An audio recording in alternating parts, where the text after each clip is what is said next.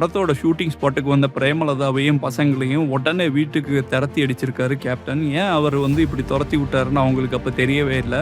என்ன நாங்கெல்லாம் லொக்கேஷன்ல இருந்தோம், நான் பயப்படுவேன் அழுவேன்னு சொல்லி எங்களெல்லாம் அனுப்பி விட்டார். லொக்கேஷன்லேயே விற்கவே இல்லை, எது போக சொல்கிறாருன்னு நினச்சேன்.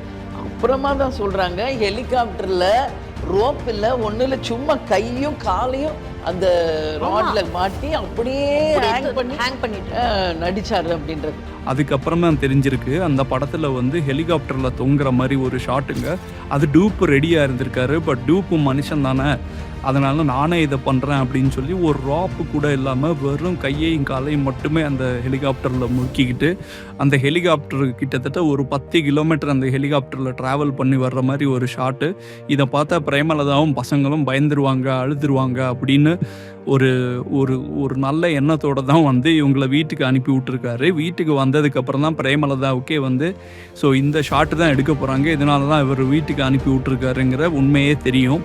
இது கோவாவில் வந்து ஒரு ஷாட் எடுக்கிறாங்க. இந்த மாதிரி குஷ்பு மேடம் வந்து காரில் போயிட்டுருப்பாங்க, அவரை இங்கே காப்பாற்றுற மாதிரி. அது வந்து இப்போ வந்து நம்ம சொல்கிறாங்க டாம் க்ரூஸ் வந்து ஹெலிகாப்டரில் வந்து தொங்கிட்டு வர்றாரு, இது பண்ண இப்போ எல்லாம் ரொம்ப பெருசாக பேசுகிறாங்க. அந்த கற்பனையில் படம் நீங்கள் இப்போ கூட யூடியூப்பில் போட்டு பார்த்தீங்கன்னா ஒரு சிங்கிள் ரோப்பு கூட இல்லாமல் அப்படியே ஹெலிகாப்டரில் வெறுமனே தொங்கிட்டு கீழே சீலால் நார்மல் லேண்டில் கிட்டத்தட்ட ஒரு 10 கிலோமீட்டர்ஸ் ட்ராவல் ஆகிட்டு வருவார். அதுவும் ஒரு கையில் பிடிச்சிட்டு ஒரு கையில் குஷ்புக்கு அவங்க இது பண்ணுற மாதிரி.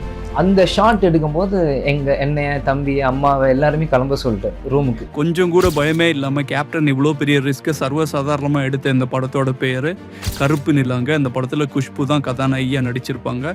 இந்த தொகுப்பு உங்களுக்கு பிடிச்சிருந்தா நம்மளோட சேனலை சப்ஸ்கிரைப் பண்ணி சப்போர்ட் பண்ணுங்கள் மக்களே. அது மட்டும் இல்லாமல் உங்களுக்கு அட்வர்டைஸ்மெண்ட்ஸ் மற்றும் ப்ரொமோஷன் தேவைப்பட்டுச்சுன்னா ஸ்க்ரீனில் இருக்க நம்பருக்கு கான்டாக்ட் பண்ணுங்கள். நன்றி, வணக்கம்.